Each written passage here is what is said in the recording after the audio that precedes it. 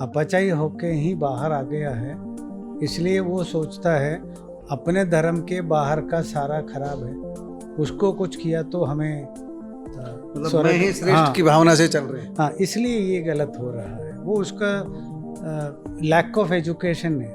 देखो, हमारा धर्म में, सनातन धर्म में और हिंदू धर्म में सबसे बड़ा एक एडवांटेज है, हमारे पास 2 डिफरेंट टाइप्स ऑफ बुक्स है, स्क्रिप्चर है। एक का नाम है श्रुति, दूसरे का नाम है स्मृति। ओल्ड एजुकेशन सिस्टम में सपोज लता मंगेशकर जी जैसा एक सिंगर कोई भी ले लो, मैथमेटिक्स में थोड़ा पुअर है, वो 10th क्लास में मैथ्स पास नहीं हो सकता। हमारा सिस्टम उनको स्टैंपिंग करके दे देंगे, तुम फेलियर है पढ़ाई में। लेकिन लता मंगेशकर जी ने एक गीत गाया तो उसका एक गमकम आपका वर्ल्ड का सबसे बढ़िया मैथमेटिशियन 100 साल प्रैक्टिस किया वो भी कर नहीं सकता। न्यू नेशनल एजुकेशन पॉलिसी ने आपका ऐसा मौका दिया, आपको आपका टैलेंट के लिए सूटेबल सब्जेक्ट क्या है वो ले लो। इसमें देखो 5 पिलर के ऊपर बनाया है education policy. Accountability, affordability, quality, ये है मेन। देन इक्विटी, पहला है अपना मातृभाषा। माता जी से क्या सुना पहला, वो है अपना मातृभाषा। हमारा पहला प्रायोरिटी भी वही है। सो आपको आपका पढ़ाई में भी कितने क्लास तक आगे तक अपने मातृभाषा में पढ़ सकता है तो मातृभाषा में पढ़ो, वही है। हिंदी है तो देखो, भारत में 56 करोड़ लोग हिंदी में बात कर सकता है और वो डायरेक्टली देवनागरी लिपि में ही यूज़ करता है। सो भारत के जोड़ने के लिए भी एक भाषा चाहिए। सो भारत का पूरा इंटीग्रेशन के लिए हमारे लिए भी एक कॉमन राष्ट्रभाषा का ज़रूरत है। वो राष्ट्रभाषा हिंदी ही है, उसमें डाउट नहीं।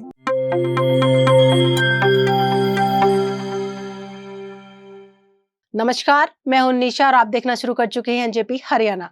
दोस्तों, आज हम बात करेंगे एक ऐसे आयोजन की जो लीक से हटकर था, जहां सनातन परंपरा के वैज्ञानिक आधार को प्रमाण सहित समझाया जा रहा था। जिस आयोजन में ओम शांति की गूंज थी, जिस आयोजन में वैदिक मंत्रों के पीछे के चिंतन पर मनन किया गया, जहां पर नवाचार की बातचीत की गई। गुरुग्राम विश्वविद्यालय के कलाम सभागार में 23 अप्रैल को भारतीय शिक्षण मंडल व विश्वविद्यालय की ओर से आयोजित इस कार्यक्रम में मुख्य वक्ता के रूप में जहां मुख्यमंत्री के विशेष कार्य अधिकारी राजेंद्र कुमार अनायत शामिल हुए, वहीं हरियाणा विद्यालय शिक्षा बोर्ड के पूर्व चेयरमैन वेद प्रकाश यादव बतौर मुख्य अतिथि शामिल हुए। कुलपति प्रोफेसर सुशील कुमार तोमर ने अध्यक्षता करते हुए गागर में सागर भरा। भारतीय भाषा एवं विज्ञान विभाग की ओर से आयोजित इस कार्यक्रम में कुलपति सहित विभिन्न पदों पर रह चुके जाने माने शिक्षाविद राजेंद्र कुमार अनायत ने गुड वेद मंत्रों की सरल व्याख्या करते हुए वर्तमान समय में उनकी प्रासंगिकता पर बल दिया। आयोजन का विषय था श्रेष्ठ भारत के निर्माण में शिक्षकों की भूमिका। आयोजन की टाइमिंग की बात करें तो यह भी विशेष अवसर था। भारतीय शिक्षण मंडल की स्थापना 19 अप्रैल 1969 को रामनवमी के दिन हुई थी। मंडल के 56वें स्थापना दिवस का नाम समर्पित इस आयोजन में भारतीय शिक्षण मंडल के प्रांत अध्यक्ष डॉक्टर जितेंद्र भारद्वाज सहित बड़ी संख्या में गणमान्य लोग शामिल हुए। इस अवसर पर एनजेपी के प्रधान संपादक महेश कुमार वैद ने राजेंद्र कुमार अनायत से आयोजन के बारे में और शिक्षा जगत से जुड़ी विभिन्न विषयों पर भी बातचीत की। आप आयोजन की झलक अपनी स्क्रीन पर देख ही चुके हैं। आइए अब राजेंद्र अनायत को सुनते हैं। प्यारे दोस्तों, सादर अभिवादन। मैं हूं महेश कुमार वैद और आप देख रहे हैं एनजेपी हरियाणा। दोस्तों, आज हम चर्चा करने जा रहे हैं धर्म, आध्यात्म और संस्कृति पर, और हमारे साथ खास मेहमान हैं राजेंद्र अनायत। और राजेंद्र अनायत की पहचान कोई चीफ मिनिस्टर के ओएसडी के रूप में करता है, कोई किसी रूप में करता है। मैं इनकी पहचान एक शिक्षाविद के रूप में करता हूँ, एक ऐसे शिक्षाविद के रूप में जो आध्यात्म की बारीकी समझते हैं, जो धर्म की बारीकी समझते हैं, जो पाखंड पर चोट करते हैं वैज्ञानिक दृष्टिकोण के साथ। तो आज हम इनसे विभिन्न विषयों पर हम बात करेंगे। आपने हमको समय दिया, सबसे पहले तो राजेंद्र जी आपका बहुत बहुत धन्यवाद।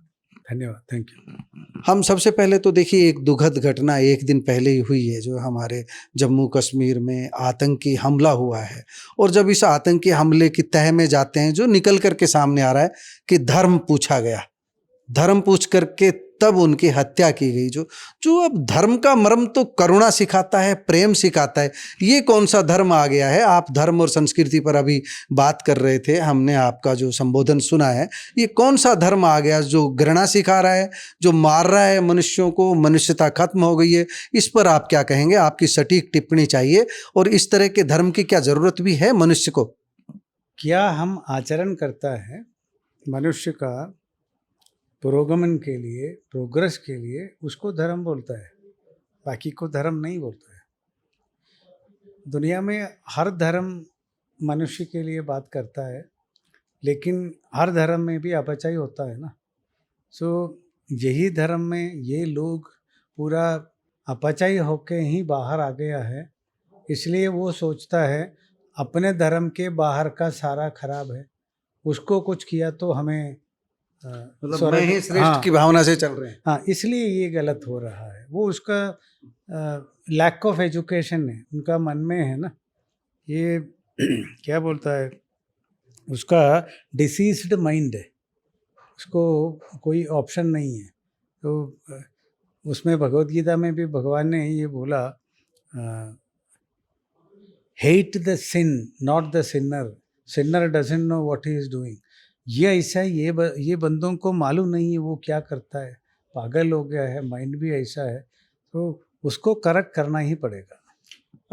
आप विश्वविद्यालय में कुलपति रहे और भी जिम्मेदारी संभाली, शिक्षा क्षेत्र में लंबे समय तक काम किया, अभी भारतीय शिक्षण मंडल के साथियों को आप उनको जो मार्गदर्शन दे रहे थे, हम एक छोटा सा सवाल कई दिनों से हमारे भी दिमाग में तैर रहा है कि जब ये गोबर से लीपने की घटना आती है तब एक सवाल उठता है कि अभी दिल्ली विश्वविद्यालय में एक घटना सामने आई, गोबर से कमरा लीपा गया, छात्र संघ ने प्रतिक्रिया व्यक्त की, वो कुलपति के कमरे को लीपने पहुंच गए गोबर से, और उन्होंने कहा कि ये जो एक तरह से दकियानुसी सोच, 16वीं शताब्दी की सोच को उन्होंने कहा कि ये 16वीं शताब्दी की सोच में समाज को ले जाया जा रहा है। आप वैज्ञानिक दृष्टिकोण से क्या कहेंगे? क्या सच है? छात्रों का कदम सच है या कुलपति का, दिल्ली विश्वविद्यालय की, उनका प्रिंसिपल का कदम सही था? एक्चुअली इसमें मुझे एक सीधा आंसर नहीं दे सकता, बिकॉज कई चीज़ में सही भी है, गलत भी है, लेकिन वो सही चीज़ कहाँ करने का है, कैसे करने का है, उसके लिए कुछ तरीका है। उसमें कहाँ इसमें डिविएशन हो गया वो पहले देखना पड़ेगा, समय और परिस्थितियाँ देखनी जरूर, परिस्थिति देखने का ज़रूरत है। गोबर में वैल्यूज है, उसमें कोई डाउट ही नहीं। उसका मीनिंग ये नहीं है 24 आवर्स हर जगह पे हम यही लेके जाने का है, ऐसा नहीं। हर चीज़ के लिए एक जगह है, उसके लिए क्या करने का है वो देखने का है। उसमें कुछ डिविएशन है तो बच्चा भी एक अपॉर्चुनिटी के लिए वेट करता है, वो ये यूज़ किया, मिसयूज़ किया, उतना ही है।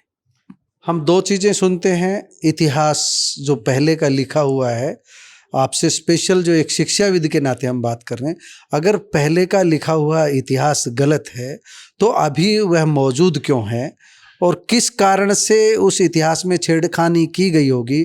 जो हमारा जो इतिहास जिसकी हम बात करते हैं गौरवशाली था, वो नष्ट हो गया है। अभी जो आज के समय की हम बात करें तो हमारा इतिहास कहाँ है कि ये गौरवशाली था, वो कौन बताएगा? इस दिशा में अभी तक जो प्रयास हुए हैं उनसे आप कितने संतुष्ट हैं?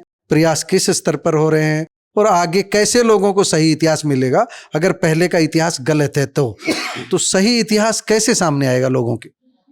देखो, हमारा धर्म में, सनातन धर्म में और हिंदू धर्म में सबसे बड़ा एक एडवांटेज है, हमारे पास 2 डिफरेंट टाइप्स ऑफ बुक्स है, स्क्रिप्चर है।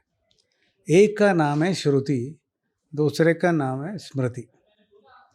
इसमें श्रुति है तो इटर्नल ट्रूथ है, उसमें ज़्यादा चेंज नहीं होगा, वो मैथमेटिक्स जैसा है। आप 5+3 ऐड करो, आज भी 8 है, 100 ईयर पहले भी 8 है, 100 ईयर के बाद भी 8 है। ऐसा चीज़ों को श्रुति बोलता है। वेद श्रुति है, उपनिषद श्रुति है। लेकिन स्मृति है कुछ चीज़, स्मृति विस्मृति में जाने का है। वो एक काल के लिए लिखा है, एक पर्टिकुलर टाइम के लिए लिखा है, वो टाइम पे वो सारा सही होगा, उसमें इम्प्रूवमेंट का विषय है। सो समय के हिसाब से इम्प्रूवमेंट भी करना पड़ेगा उसमें। सो खाली हमारा धर्म में ये ऑप्शन है, कहाँ कहाँ कुछ गलत है तो वो गलत को सही करके रिफाइन करके कर सकता है। मैं आपको एग्जांपल बताएंगे।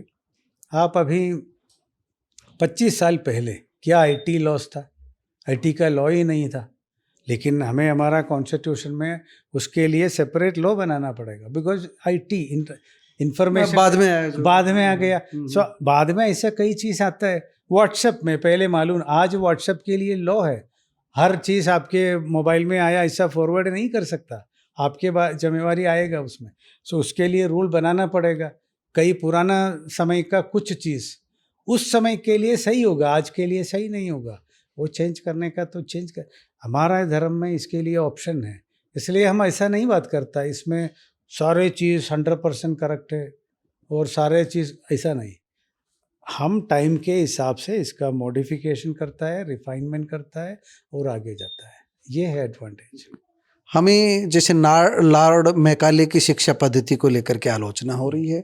आप शिक्षा जगत से जुड़े हैं, आलोचना तो हम भी वर्षों वर्षों से सुनते आ रहे हैं, कई दशक तो मुझे हो गया पत्रकारिता में। अभी जो नई शिक्षा नीति भी आई एनईपी के बाद में, आपने उसका अध्ययन भी किया है, देखा भी है, क्या हम सुधार की गुंजाइश देख रहे हैं आने वाले समय में? किस तरह का पाठ्यक्रम हो सकता है, किस तरह की शिक्षा पद्धति हो सकती है, किस तरह का बदलाव हो सकता है? एनईपी को लेकर के आपका दृष्टिकोण क्या है और कितना चेंज आया है एनईपी लागू होने के बाद में विश्वविद्यालय स्तर पर, स्कूल स्तर पर? इसका भी बढ़िया एक मौका अभी हमारा लाइफ में नहीं मिलेगा, उतना अपॉर्चुनिटी है न्यू नेशनल एजुकेशन पॉलिसी। तो उसको ऐसा बोलना चाहिए, एनईपी है तो नेशनल एजुकेशन पॉलिसी है, न्यू नेशनल एजुकेशन पॉलिसी है। कुछ लोग उसको न्यू एजुकेशन पॉलिसी बोलता है, ऐसा नहीं, न्यू नेशनल एजुकेशन पॉलिसी है। इसमें ये कस्तूरी रंगन जी ने बनाया है, इतना साल का उनका टीम पे भी ऋषि जैसा लोग बैठ के मनन करके फीडबैक लेके ऐसा ही बनाया, हर दृष्टिकोण से देखा है उसमें। इसमें एक एडवांटेज क्या है, पुराना सिस्टम से सबसे बड़ा एडवांटेज है हर बच्चे को कैसे विनर बनेगा, वो है इसमें फोकस। आदमी को फेलियर करना इसके ऑप्शन ही नहीं है। मैं आपको इसके लिए एक एग्जांपल बताएंगे। पुराना समय में ओल्ड एजुकेशन सिस्टम में सपोज लता मंगेशकर जी जैसा एक सिंगर कोई भी ले लो, मैथमेटिक्स में थोड़ा पुअर है, वो 10th क्लास में मैथ्स पास नहीं हो सकता, हमारा सिस्टम उनको स्टैंपिंग करके दे देंगे तुम फेलियर है पढ़ाई में। लेकिन लता मंगेशकर जी ने एक गीत गाया तो उसका एक गमकम, आपका वर्ल्ड का सबसे बढ़िया मैथमेटिशियन 100 साल प्रैक्टिस किया वो भी कर नहीं सकता। सो आपका मेजरमेंट गेज में ये फेलियर है बिकॉज मैथ्स मालूम नहीं है, ऐसा ज़रूरत नहीं। न्यू नेशनल एजुकेशन पॉलिसी ने आपका ऐसा मौका दिया, आपको आपका टैलेंट के लिए सूटेबल सब्जेक्ट क्या है वो ले लो, वो लेके आप क्रेडिट उसमें कमाओ। फॉर एग्जांपल आपने ऐसा कर दिया, आप ड्रामा में बहुत अच्छा है, म्यूज़िक में अच्छा है, मतलब प्रतिभा पहचानी जाएगी। वही है ना, आप म्यूज़िक ले लो, एक ड्रामा ले लो, आपका क्रेडिट ले लो। मैं भी आपको बीएससी मैथ्स बोल के डिग्री नहीं मिलेगा, लेकिन आपको ग्रेजुएट बन सकता है आपका ताकत से। सो हर आदमी को कैसे विनर बनेगा उसके लिए मौका इसमें है। पूरा न्यू नेशनल एजुकेशन अभी कुछ काम कितनी प्रगति हुई अभी? बहुत है, ये सारा उसका कंटेंट सब रेडी है, अभी इम्प्लीमेंटेशन का लेवल पे है। कोई भी ऐसा नया सिस्टम आने समय है ना, लोगों के बीच में कन्फ्यूजन होगा, उसको ठीक करना पड़ेगा, एक्सप्लेनेशन देना पड़ेगा, वही चल रहा है, वो हो जाएगा। इसमें देखो 5 पिलर के ऊपर बनाया है education policy. Accountability, affordability, quality, ये है मेन। देन इक्विटी, इक्विटी के बारे में बात करता है। इक्विटी है तो क्या है, इक्वालिटी नहीं है, हर आदमी के पास एक ही चीज़ पहुंचना चाहिए, उसके लिए कुछ हेल्प चाहिए को तो देने का है। सो ये है एनईपी का बेस। ये बेस में बनाने समय भारत चेंज हो जाएगा। My single sentence I can tell you, this could be the best opportunity Bharat has ever got. जी राजेंद्र जी, एक बात हम देखते हैं, ये तो हो गई स्कूल की शिक्षा, यूनिवर्सिटीज़ की शिक्षा। एक शिक्षा ग्रामीण स्तर पर जब हम देखते हैं, अभी शहरों में काफ़ी बदलाव है, एक एक गांव में दो दो होली का दहन होता है। एक अनुसूचित जाति का होता है, एक सामान्य वर्ग की होली होती है बहुत सारे गांव में। मोहन भागवत जी कई बार कहते हैं एक कुआं हो, एक शमशान घाट हो, सब सामाजिक समरसता की बात भी होती है।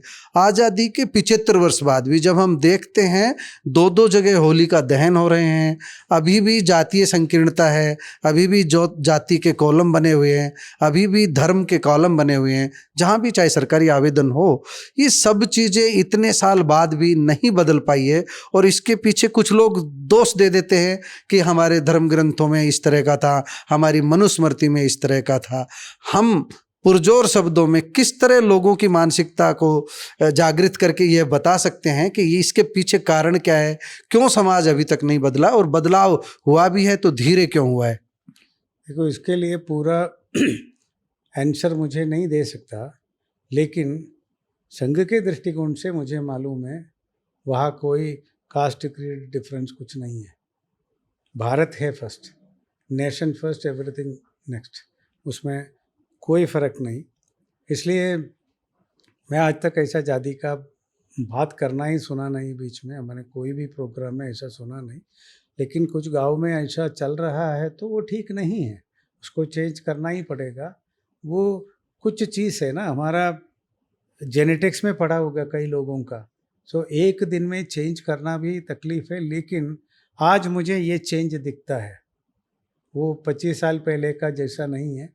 मैं ऐसा मानता हूँ मे बी और कुछ साल के बाद ये सारा जाएगा। हिंदू है तो हिंदू ही है, एक ही है। तो एक बार स्वामी जी को पूछा, ये हिंदू है तो क्या है? वो बोला ही ना तू, नो हीनवृत्ति नो हिंसा है तो हिंदू है। सो मेरे लिए मेरा जाति वही है, हिंदू। हिंदू, हाँ, बाकी कुछ हम सब हिंदू है, उसमें हमें प्राइड भी है, प्राउड भी है, उसका भी बड़ा और कुछ नहीं है। आप हिंसा मत करो, हीनवृत्ति मत करो, कुछ भी ये दोनों नहीं किया तो आप हिंदू है। आप बहुभाषी विद्वान हैं, तमिल भी जानते हैं, दक्षिण भारत की भाषाओं को भी जानते हैं, उत्तर भारत की भी जानते हैं, हिंदी पर भी अब तो आपकी अच्छी पकड़ है, अंग्रेजी भी जानते हैं, सारे समाज को आपने देखा है। ये जो भाषा का विवाद उठता है तमिलनाडु में अभी मतलब कितना बड़ा विवाद हुआ आपने देखा है। इस सब विवाद के पीछे जैसे एक मातृभाषा, सभी आप अभी मैं आपका भाषण सुन रहा था, जर्मन है वो जर्मन भाषा पर गर्व करता है, फ्रांस का जो नागरिक है वो फ्रांसीसी पर गर्व करता है। भारत में अपनी भाषा पर गर्व करने की जो भाव है उसको आप कितना उन्नत रूप में देखते हैं? देखो, हर व्यक्ति भारत में कहाँ पैदा हुआ तो भी पहला है अपना मातृभाषा। माताजी से क्या सुना पहला, वो है अपना मातृभाषा। हमारा पहला प्रायोरिटी भी वही है।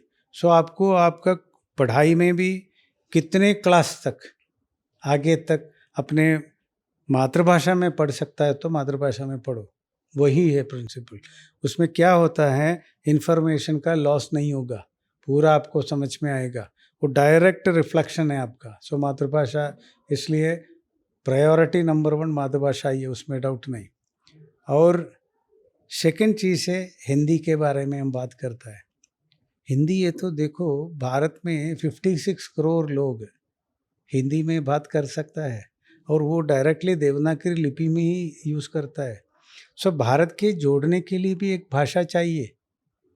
हर कंट्री इंटीग्रेशन ऐसा ही हो गया। चाइना का इंटीग्रेशन कैसे हो गया, मैंड्रिन स्प्रेड किया। हर चाइना में हर पार्ट में एक ही भाषा नहीं था पहले, लेकिन मैंड्रिन को जनरलाइज करके पूरा चाइना में करने के बाद इंटीग्रेशन हो गया। सो भारत का पूरा इंटीग्रेशन के लिए हमारे लिए भी एक कॉमन राष्ट्रभाषा का ज़रूरत है। वो राष्ट्रभाषा हिंदी ही है, उसमें डाउट नहीं। और लोक भाषा है, व्यावहारिक भाषा है अंग्रेज़ी। कि भारत में भी अंग्रेज़ी में बात करना बहुत लोग है। इंग्लैंड का भी ज़्यादा लोग भारत में अंग्रेज़ी बात लेकिन वो इंडियन इंग्लिश है जी। सो हम लोग इंडियन इंग्लिश में बात करते हैं, वो भी सीखता है जी। ये इसलिए हम त्रिभाषा पद्धति में इतना स्ट्रेस करता है। अभी साउथ में है तो तमिल में है तो तमिल सीखो पहले, मातृभाषा है। कर्नाटक में है तो कन्नड़ा सीखो, केरल में है तो मलयालम सीखो। किसी भाषा से, भारतीय भाषा से विरोध नहीं, उसका सम्मान है, लेकिन ज़रूरत के हिसाब से चलें। जो एक राजेंद्र जी, अब हम समापन की ओर बढ़ते हैं। भारतीय शिक्षण मंडल की ओर से आज कार्यक्रम था, आप उसमें पहुँचे। आज के कार्यक्रम के संदर्भ में आप बता दीजिए, फिर हम समाप्त करते हैं। देखो, भारतीय शिक्षण मंडल का मूल मंत्र है तत्कर्म यन्न बंधाय सा विद्याय विमुक्तये। सो ये मंत्र हर शिक्षक के अंदर जाना चाहिए, हर विद्यार्थी के अंदर भी जाना चाहिए।